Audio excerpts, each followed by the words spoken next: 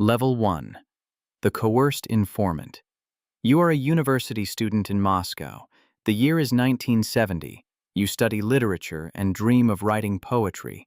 One evening, you attend a small private gathering where a friend plays a banned Western record.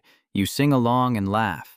The next morning, two men in identical gray coats are waiting outside your dormitory. They do not arrest you. They invite you into the back of a black car. They show you a grainy photograph of yourself at the party. They explain the severe penalties for anti-Soviet behavior. They mention your father's fragile career at the state factory. Then, they offer a simple alternative.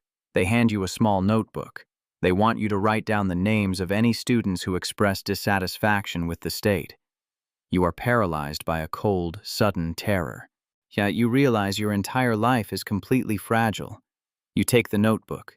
You return to your friends, but you look at them differently now. You listen to their whispers not as a friend, but as a predator. You write your first name in the book. You have betrayed your soul to save your skin.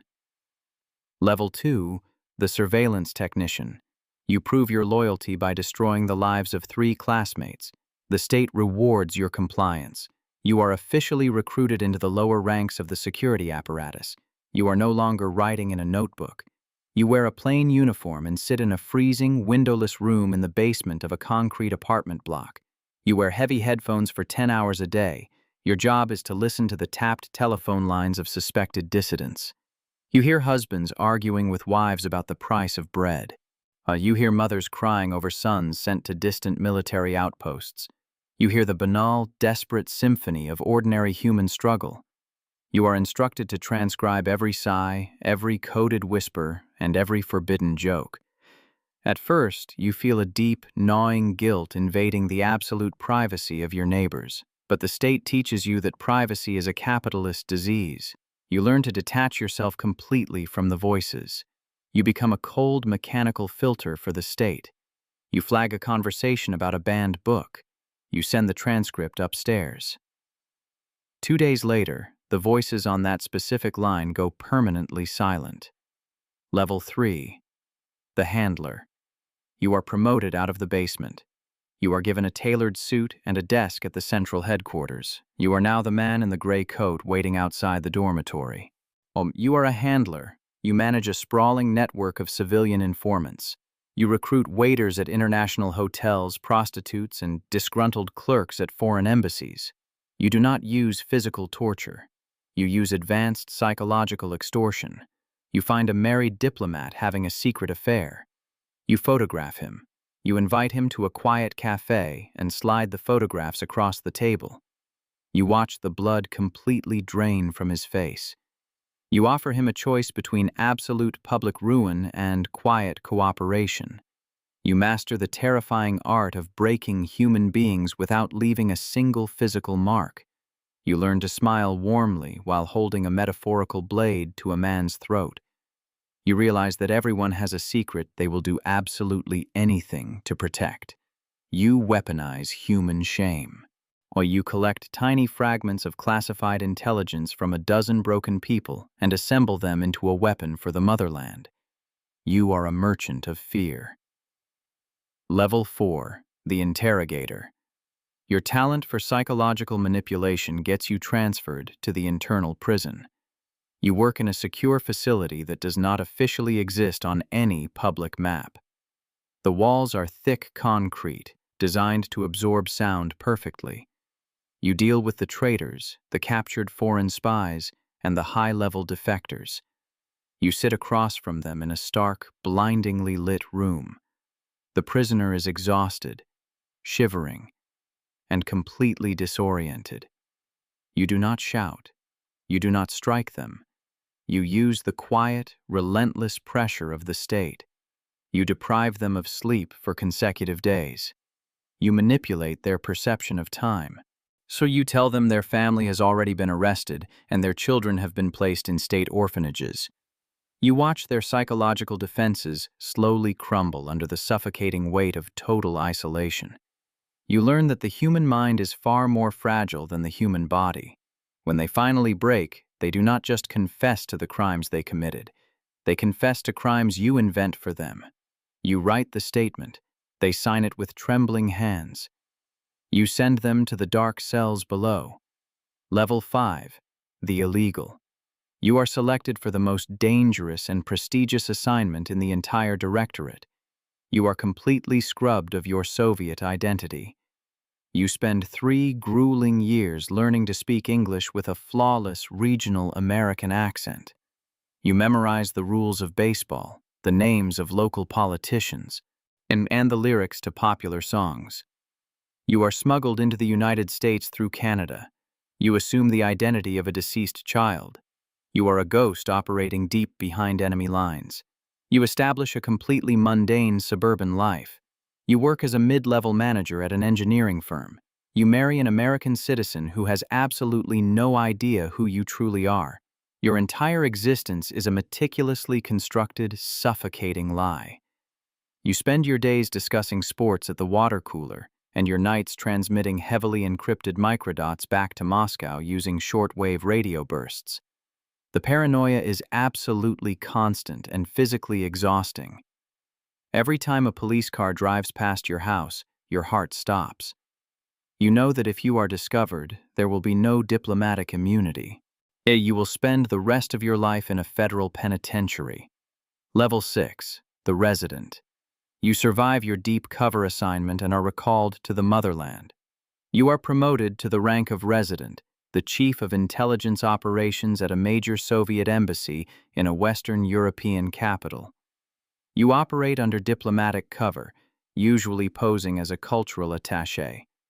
You command a small army of field agents and handlers. You move seamlessly through high society diplomatic receptions. You drink expensive champagne and exchange pleasantries with the very foreign intelligence officers who are actively trying to destroy you. It is a highly civilized, incredibly deadly game of chess played on a global board. You authorize the recruitment of high-level government assets and the theft of highly classified military technology. You manage the delicate drops and the brush passes in crowded city parks. You constantly scan your environment for enemy surveillance teams. You assume your office is bugged. You assume your encrypted communications are being intercepted. You operate in a permanent state of hypervigilance. When one of your agents is compromised and arrested, you must coldly cut all ties instantly to protect the network. You leave them to their fate without a second thought. Level 7, the counterintelligence officer. You are recalled to Moscow and assigned to the most paranoid division in the entire security apparatus. You are tasked with hunting traitors within your own ranks. You turn your highly trained predatory gaze inward. You investigate the very men you trained with and served alongside. You audit their financial records. Yet you scrutinize their travel logs. You look for any microscopic deviation from absolute ideological purity. You understand that the most dangerous enemy is not the American spy operating in the shadows. The most dangerous enemy is the disillusioned Soviet officer sitting at the desk right next to you. You authorize wiretaps on senior generals and high-ranking party officials. You build massive, highly classified dossiers on the most powerful men in the country. You become incredibly isolated. The men you used to drink vodka with now look at you with poorly concealed terror. They know that a single suspicious report from your desk can result in their sudden disappearance in the middle of the night. You trust absolutely no one. You assume every colleague is a potential foreign asset. You live in a terrifying, suffocating world of infinite mirrors. Level 8, the Directorate Chief. You ascend to the absolute upper echelons of the security organ. You command an entire directorate responsible for global foreign intelligence. You sit in a massive, ornate office in the heart of the capital. You no longer manage individual agents or specific operations. You manage geopolitical strategy. You analyze satellite imagery and intercepted communications from global superpowers. You brief the premier on the movements of enemy nuclear submarines and the hidden intentions of foreign presidents. You orchestrate massive, multi-million-dollar active measures campaigns designed to destabilize enemy governments and influence foreign elections. You plant fabricated stories in the international press. You secretly fund radical political movements in rival nations. Yet you view the entire world as a highly malleable battleground of perception and deception. You hold the power to completely destroy the reputations of global leaders with a single leaked document. But the higher you climb, the colder the air becomes. You are surrounded by incredibly ambitious, completely ruthless men who want your job. You must constantly protect your flanks from internal bureaucratic assassination.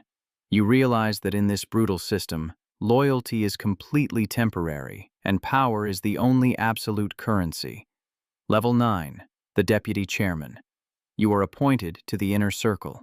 You are the Deputy Chairman of the entire state security apparatus. You hold terrifying, unchecked power over the lives of hundreds of millions of citizens. You command border guards, internal troops, and a massive network of secret police. Yet you operate entirely above the law because you fundamentally are the law. You are tasked with ensuring the absolute, unquestioned survival of the regime at any cost. You authorize the brutal suppression of peaceful protests in satellite states. You order the targeted assassinations of prominent defectors living in exile on foreign soil. You read the daily intelligence summaries that detail the collapsing economy and the growing unrest among the working class. You know the state propaganda is a massive, hollow lie. You know the system is slowly rotting from the inside out, but you must forcefully maintain the illusion of absolute strength. You approve the construction of massive subterranean bunkers designed to house the political elite in the event of a global nuclear exchange. You carry the crushing, a radioactive weight of the Cold War on your shoulders. You sleep exactly 3 hours a night. Your hair turns entirely white. Level 10, the Chairman. You reach the absolute pinnacle of the Shadow Empire. You are the Chairman. You answer only to the General Secretary, and even he fears you deeply. You control the largest, most pervasive intelligence apparatus in the history of human civilization. You hold the darkest, most terrifying secrets of the entire 20th century in your private safe. You have the launch codes. You have the blackmail files on every single member of the ruling committee. You could initiate a global nuclear holocaust or topple the government with a single phone call. But your absolute power is a terrifying, solitary confinement cell.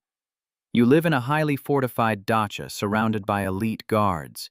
Will you employ a team of doctors to test your food for lethal nerve agents every single day? You do not trust your wife. You do not trust your children. You suspect that your closest deputies are constantly plotting your sudden, violent downfall. You look out the bulletproof window of your office at the gray, freezing city below. You spent your entire life building an impenetrable fortress of surveillance and control, only to realize you are its ultimate prisoner. You built a global empire of absolute paranoia, and the paranoia eventually consumes you completely. The invisible war never really ends in your mind. The shadows simply grow longer,